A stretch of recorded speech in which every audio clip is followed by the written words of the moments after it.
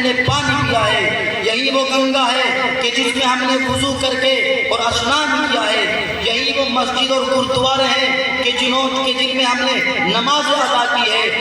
جنہوں نے ہم نے اپنی عبادتیں پوری کی ہے۔ جو لوگ جانے والے تھے واپس لوٹ آئے، اور اس کے بعد سے پھر میرے بھائیوں یہی تاریخ ہماری ہے کہ ہمارا ہندوستان ایسا محبت کا گہوارہ ہے کہ اگر ہم دوسرے ملکوں میں جائیں، دوسری جگہوں پر جائیں، جو پھول ہمارے یہاں کھلتے ہیں وہ آپ کو کوئی اور دیکھنے کو نہیں مل سکتے۔ یہ ہمارا پیارا وطن اگر کوئی اس کی طرف نظر اٹھا کر کے دیکھے، وہ ہندو ہو یا مسلم، اگر وہ ہمارا دیش کا غدار ہے، چاہے وہ عبداللہ نام کیوں نہ رکھتا ہو، وہ ہمارا بھی غدار ہے۔ اگر وہ عبداللہ ہمارے دیش کی طرف بری نظر سے دیکھے گا، اس کی آنکھوں کو توڑ دیا جائے گا۔ اگر وہ ہمارے دیش کی طرف اپنا ہاتھ اٹھائے گا، اس کے ہاتھ کو کاٹ دیا جائے گا، چاہے اس کا نام عبد الرحمن کیوں نہ ہو، اس کا نام عبداللہ کیوں نہ ہو، اس کا نام محمد کیوں نہ ہو۔ اگر ہمارے ہندوستان کی طرف بری نظر سے دیکھے گا، ہم اس کی آنکھ کو نکالیں گے، اس کے ہاتھ کو کاٹیں گے، اس کے پاؤں کو کاٹیں گے۔ یا وہ ہمارے ہندوستان کی طرف دیکھنے والا کوئی دوسرے دھرم کا کیوں نہ ہو، اب جب تک ہمارا ہندوستان سلامت ہے، ہم سلامت ہے، ہمارا ہندوستان سلامت رہے گا تو ہم سلامت رہیں گے، ہماری یہ دو قومیں سلامت رہیں گی۔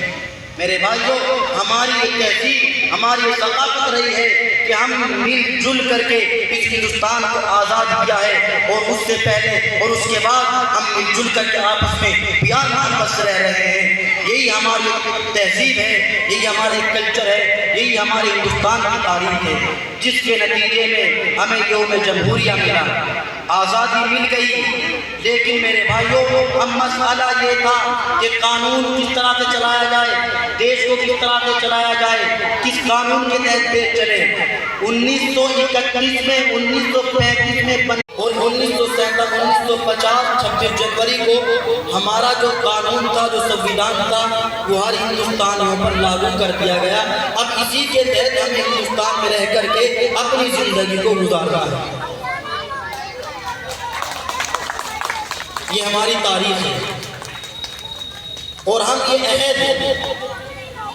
لے کر کے یہاں سے اٹھیں گے کہ جب تک ہم جئیں گے اپنے سنویدھان کی رکشا کرتے ہوئے، اپنے پیارے ہندوستان کی رکشا کرتے ہوئے جئیں گے۔ جیسے ہمارے ان بزرگوں نے